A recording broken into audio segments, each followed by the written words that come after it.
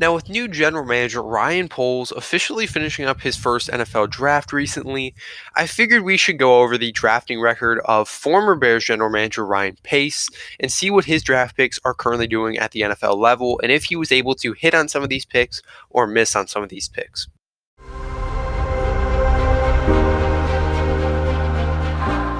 Now, how I'm going to split this video up is I'm going to split these players into two categories, either good players, good picks, or bad picks, and players who just did not turn out to be the players we hoped they would be. So that's how I'm going to split up this video. There's not going to be grades. I'm simply going to put these players into different categories. Now, let's start off talking about the good picks of the Ryan Pace era, and we'll start in 2015, which was his first draft as general manager of the Bears.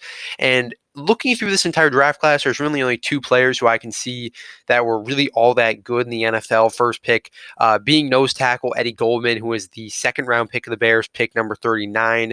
He's done a very good job in the NFL, stuck around for a long time with the Bears, obviously cut this past offseason, but was one of the best run stoppers in football. No, he was a good value pick for Ryan Pace. So this was a good pick by Ryan Pace. Then the other pick, we have to go to the fifth round, and we have to look at safety Adrian Amos, who, considering he was a fifth round pick, that's some really good value there found by Ryan Pace. No, he had a pretty solid career with the Bears. No, through his first 4 years here, obviously his time with the Bears kind of cut short, but he had multiple years with actually had 1 year with double digit interceptions. Also had a couple forced fumbles throughout his time in Chicago, 3 in 4 seasons. Led the team in tackles 1 year, so he had a really solid career with the Bears. And obviously, it was cut short, but still, no, he was a very good pick by Ryan Pace.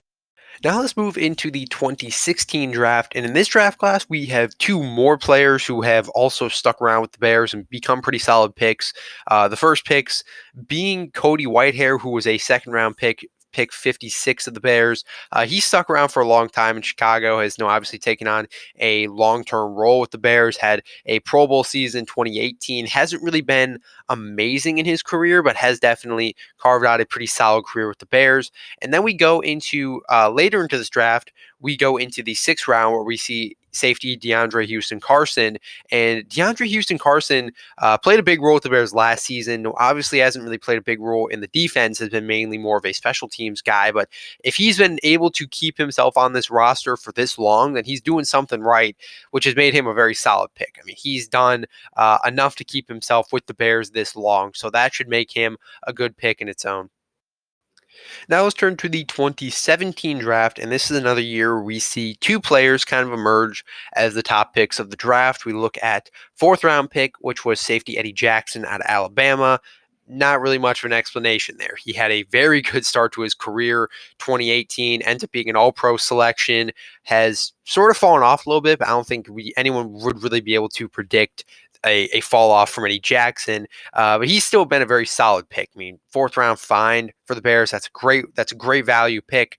Then we also stay in the fourth round where we turn to running back Tarik Cohen. Now, obviously the injuries caught up to Tarik Cohen very quickly, but he was very good when he was given a chance. He was a good punt returner, good kick returner. Found his way, to become the starting running back for a good amount of time before David Montgomery sort of emerged as the top back in 2019. But Tarik Cohen and Eddie Jackson were both very solid picks for this Bears team. Now let's turn to the 2018 draft, where there were a couple more positives than there were in the last drafts. First, we need to talk about 2018's first round pick, which was linebacker Roquan Smith, and he has become pretty much the face of the Bears defense. I mean, he's become one of the best linebackers in football, so there's not much of an explanation there. He's been a home run pick so far. Then we have second rounder James Daniels, who definitely has not been a home run pick by any way, but was very solid on that Bears O line. Now, obviously in Pittsburgh, but still, with the Bears, he was pretty solid. He was never perfect, but he was a very solid pick at the time. Then we have to go to the fifth round where we have defensive tackle Bilal Nichols, and Nichols came in his rookie year, competed for that starting spot in the defensive line, and he ended up winning it. He became a pretty solid contributor for the next four seasons, and now obviously in Las Vegas, but still, no, he was a very solid pick at the time for Ryan Pace. Now let's turn to the 2019 draft, where the Bears didn't have a lot to work with. Their best pick was a third rounder, which they had to trade up for. They only had a total of 5 picks in this draft, and The only real great pick of this draft was third round pick running back David Montgomery, and it's kind of tough to grade running backs really highly because that's why I had a tough time kind of throwing Tariq Cohen in the mix for the 2017 draft because running backs are kind of easy to find. Like you can find running backs later rounds who are very good. Perfect example being Khalil Herbert this season. So it's kind of tough to throw running backs into that mix of a really good pick. But Dave Montgomery has been very good in Chicago. No, obviously the injuries have been an issue, but when he's on the field, he's done his job. He's been able to be a very solid running back. But outside of him, really not a lot of guys who were big contributors with the Bears. So Dave Montgomery, really the only pick of the 2019 draft who did a lot in Chicago. Now let's look at the 2020 draft, and there were a couple names here that definitely look like really good picks so far. First one being cornerback Jalen Johnson, who was a second round pick, and he has emerged as one of the best young corners in the entire league and has done a great job of covering the other team's top targets. So he's been a very good pick so far. Then we have the fifth round pick, which was outside linebacker Travis Gibson, and he's coming off of a season where he had 7 sacks when he was given a much bigger role thanks to the Khalil Mack injury, and he stepped up big time in that role. I mean, he looked really good in a bigger role with the Bears. Now it's going to be interesting to see what he's going to be able to do when he's playing in every game. When he's given a bigger chance. Now that Khalil Mack is officially gone. Then we have the other fifth round pick, which is going to be wide receiver Darnell Mooney. And there's not much of a question mark here whether or not Darnell Mooney has been good. I think he's been the best receiver on the Bears the past 2 seasons now. One of the best young receivers in the NFL. So this was actually a pretty solid draft by Ryan Pace. If you kind of take out the Kendall Vildor pick and some other picks later, this was a pretty solid draft by Ryan Pace. Now let's take a look at the bad picks of the Ryan Pace era, and we have to start in 2015 with the Kevin White selection, the first pick of the Ryan Pace era, which was the 7th overall pick. Kevin White, wide receiver out of West Virginia, and it doesn't work out for the Bears. Injuries plague his entire career. I mean, he misses like his first 3 years in the NFL due to injury. Just never really works out, and he's cut after a couple seasons. So Kevin White was a colossal failure of a draft pick.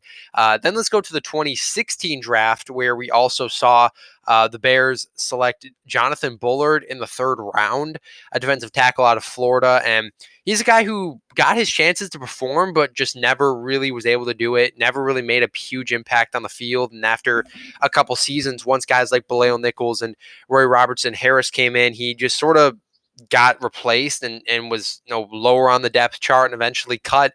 So he was another guy who just simply failed in Chicago, never really panned out like they hoped he would. Then we go to the 4th round of that draft. We have DeAndre Hall, a safety who had a lot of potential. When he was on the field, actually performed pretty well. The issue was he just simply could never stay on the field. There were injury issues. There were also off the field issues that sort of sparked his downfall. And after that, Bears cut ties with him, and he's been bouncing around the league ever since. But I think if he had stayed out of trouble, if he had stayed on the field more, he could have been a pretty solid safety. Then let's go to the 2017 draft, where it's a pretty big deal. The Mitchell Trubisky pick. I wouldn't say the Mitchell Trubisky pick was a bad pick. I'd say it's probably somewhere in the middle. So I don't really think I should put it in the bad pick category. What I will put in the bad pick category was 2nd round pick Adam Shaheen, who that was a questionable pick ever since it was announced. That just was not a pick that sounded good to anybody. He came from a small school. Zach Miller had been the tight end at the time. Didn't really feel like they needed another tight end. It was a receiver for Trubisky to throw to, but it just didn't seem like the right guy, and it wasn't. He did very little in Chicago. Pretty much a backup to 3rd string tight end most of his career here, and goes to the Dolphins and has done his thing there, but in Chicago just never really worked out. And that was those first 2 picks of the draft were not great. Compared to Eddie Jackson, Tariq Cohen later in the draft, like that was pretty disappointing. Then we have the 2018 draft, where we have in the 2nd round wide receiver Anthony Miller, and Anthony Miller. 2018 was really good. His rookie season, he showed a lot of promise, and then after that, it was just a hard decline. Like after that, he just never was able to reach that point again. Bears end up cutting ties with him after only a couple seasons. He goes to Houston and I don't even know if he's in the league anymore. But he's a guy who had a lot of potential, and something just happened to him where he couldn't stay in the league. It's weird to see because he had a lot of potential in his rookie season.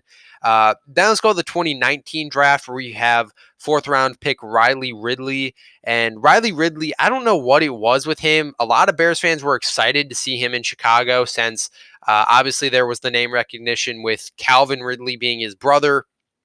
But something happened because he was never really given a chance. Like, he was immediately put on practice squad, and he never really got into games. He never saw consistent playing time, and he's now off the Bears.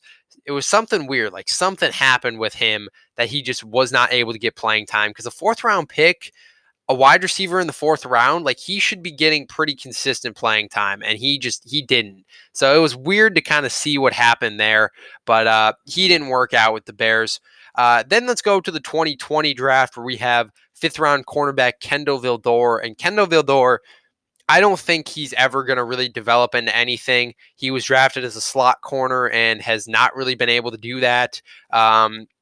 He was drafted as a guy who was going to be able to replace Buster Screen in that slot position, and just it never really worked out. It's never really been able to work, and we end up getting replaced in 2021 with Artie Burns, and that didn't really work out either. But I think his time with the Bears has pretty much been sealed here, as he just has not worked out in the slightest. Now, after taking a look at the former draft picks of the Ryan Pace era, I think it's pretty easy to come to the consensus. He's a pretty average drafter. We saw him make some really good picks like Roquan Smith and Darnell Mooney, but he also made some really bad picks in his tenure like Kevin White. So really, I think it's pretty easy to say Ryan Pace is pretty average when it came to the draft. Now, really taking a look back at these draft classes, it's pretty easy to say Ryan Pace was good when it came to the later rounds, and we had some really good late round finds. In particular, in 2021, we saw Larry Borum, Khalil Herbert, both of them stepped up big time for them. Darnell Mooney, we saw a lot of late round finds. However, he had trouble really developing the early picks of his tenure. So obviously, Kevin White, a first round pick, never develops. We see Mitchell Trubisky drafted second overall. He never really develops. Adam Shaheen, a second round pick, never develops. And as time went on, that changed a little bit. We saw Roquan Smith develop into something really good. We're now seeing Jalen Johnson, Cole Kmet both start playing really well. However, so far, the consensus has kind of been he never was really able to hit on the top picks that he had, the first and second rounders.